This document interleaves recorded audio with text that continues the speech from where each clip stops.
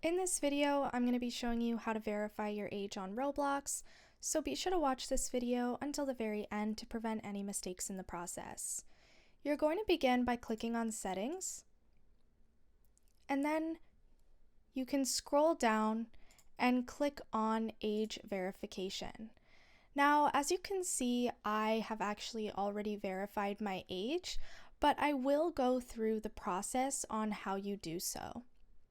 So what you're actually going to do is click on the age verification, and you're going to type in your birthday, and then it will pop up with a QR code.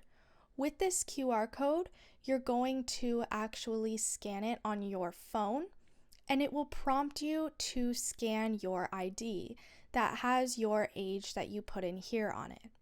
Once that's done, it will take a few moments to assess the ID that you have taken a picture of, and once that is done, your age will completely be verified.